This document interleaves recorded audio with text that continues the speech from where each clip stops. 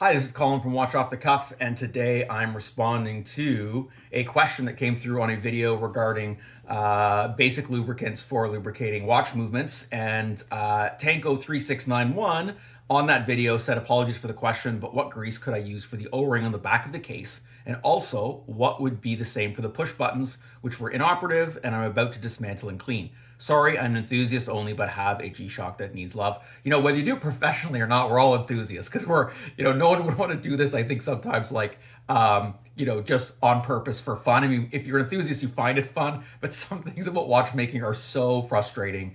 The joy when you get something right is the reward sometimes, but the rest of it could be so painful. Anyway, so my phone's gone to sleep. I responded silicone grease made for watches, and I said my intention is to do a video. Stay tuned. So here I am making good on my promise.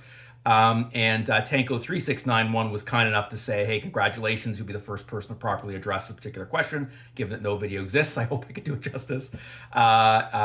Anyway, that I found that neither compares between brands or clearly explains why silicone greases are not all created equally. Some YouTubers are using grease, plumber's grease, which I do not think is appropriate for many reasons. Being an engineer myself, I would agree. And I don't know on plumber's grease whether they would have any other additives for antibacterial, antifungus, or whatever. I don't know. Like I would just you never know what else is in there.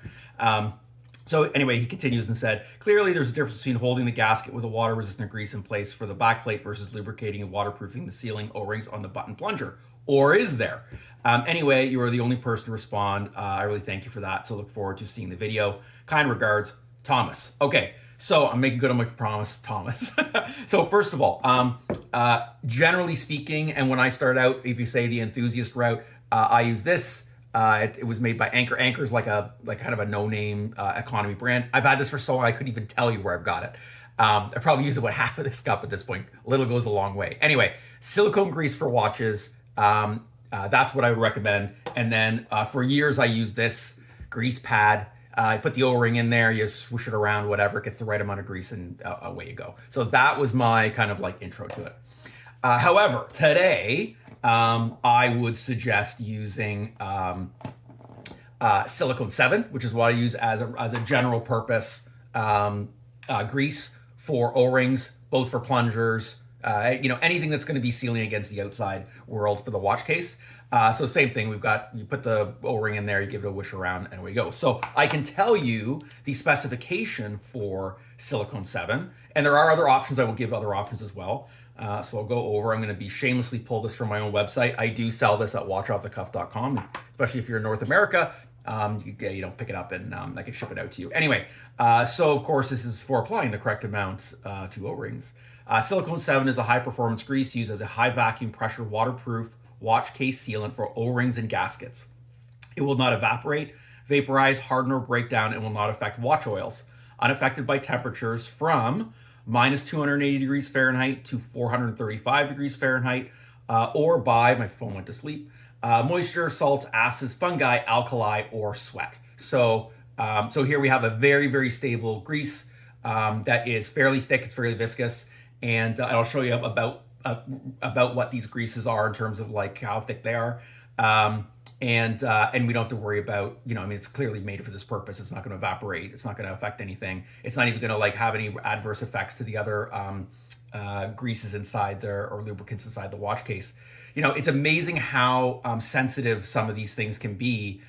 For example, some watchmakers still will put like a Sharpie or whatever on a battery to put it on there. It is bad practice. There's a solvent on there, typically xylene, for example, and then it continues to evaporate for some time. And just that fume will affect over time the components and lubricants inside your watch, whether it's quartz or mechanical. So it's never a good idea to introduce any other chemicals inside the watch in any way. And here we have something, it's inert. It's specifically designed not to interact with anything else. So here, I'll open up this one. You can take a look at how thick it is. I take a kind of a big gob. So you can see it's fairly, it's not going anywhere, right?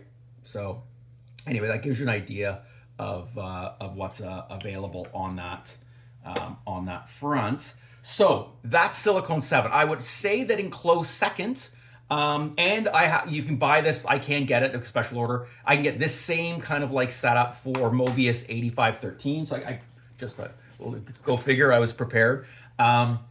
Here's the 8513 spec out of the catalog for Moebius. I also sell Moebius greases. It says very firm sealing grease. The silicone grease has a very high resistance to external aggression such as water, UV, or oxidative stress. So, again, we're in the same thing. We're probably splitting hairs. This one's listed in degrees Celsius, but it is rated for -50 to +200 degrees Celsius. I think the idea is, you want to make sure that if the watch gets warm, either environmentally or just on your wrist, that the grease doesn't run and become less viscous, as it gets to, some basic operating temperature, which might be body heat or just being on a really hot, sunny summer day. So here's that. There are a couple of other options, which are why I think I've got my little cheat sheet just below here. And it is, for example, there's the Seiko TSF-451. There's Molykote 111. And there's Fonblin UT18. So there's a couple of other options, but again, for me, I think the Silocon-7 as a general purpose is completely fine. So I can make it look like we're doing something demonstrative here. I'm going to grab some O-rings. So, it's true. I got just like all my bits, it's just all O-rings. Anyway, whenever you think you've got enough O-rings, you don't have enough O-rings anyway. So we'll just grab some generic set of O-rings here. The other thing, when this comes out of a watch case, the issue, can I see that? I can see it at the bottom. Is that you should clean it. Don't put it in ultrasonic. I find speaking with Thomas Ayers and all, as an enthusiast, you get a new tool like an ultrasonic, and then you're thinking like you got a new hammer. Everything looks like a nail. It's good for metal parts and things. Like it's not good for O-rings and gaskets and stuff. All that kind of stuff. I've had people put a whole watch in there and then have the ultrasonic peel out the anodized aluminum insert on their dive watch. You don't do it. And ultrasonic waves go straight through glass. So on that front, it's just going to go, it just wreaks havoc. Don't do it. Anyway, so soap and water, because what happens is this sits in the watch, like this, and then you end up getting dirt that comes in. You end up getting a little dirt ring all the way around. So you want to clean that off. And then, of course, you throw it in there like so, and give it a wing around there, and then away you go. We've got that. That's nice and lubricated all the way around. Not too much. I did do a service for somebody not that long ago, and I opened up the watch, and it looks like they packed grease where the stem, crown and stem assembly was in there, and it was all over. I literally scooped it out. It was like, what is it going to do? And then, it looked like the correct grease, but again, if it wasn't, and we didn't have the temperature range available, and it started to run, and that grease got out through the watch movement, it would be all over. Like that would be like a full service. It would be just a complete disaster. So anyway, so I would use this also for very small O-rings. Like I brought that out.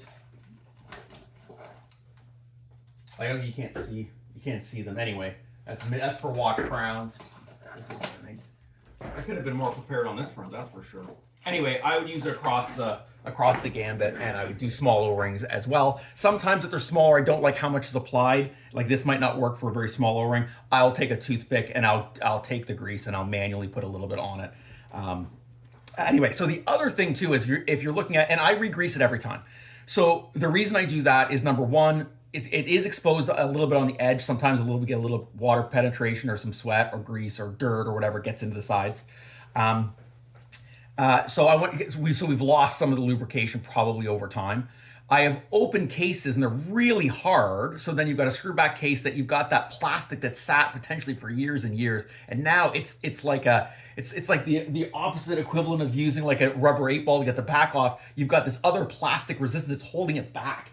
So what happens is you open it up and then you say, for example, you clean the O-ring. You put the O-ring back on, you're like, why does the O-ring seem like 3 sizes too big all of a sudden? And you try to put the back on and a little bubble comes out the side. You're like, what? It's because it wasn't lubricated enough to begin with. And when you opened it, you stretched the gasket. So that usually means you're looking at a new gasket. So on the same front, we can now get a proper amount of torque on the way back because we've greased that surface and we have the reso amount from the thread contact giving us feedback in terms of how tight it is instead of having it just bind up.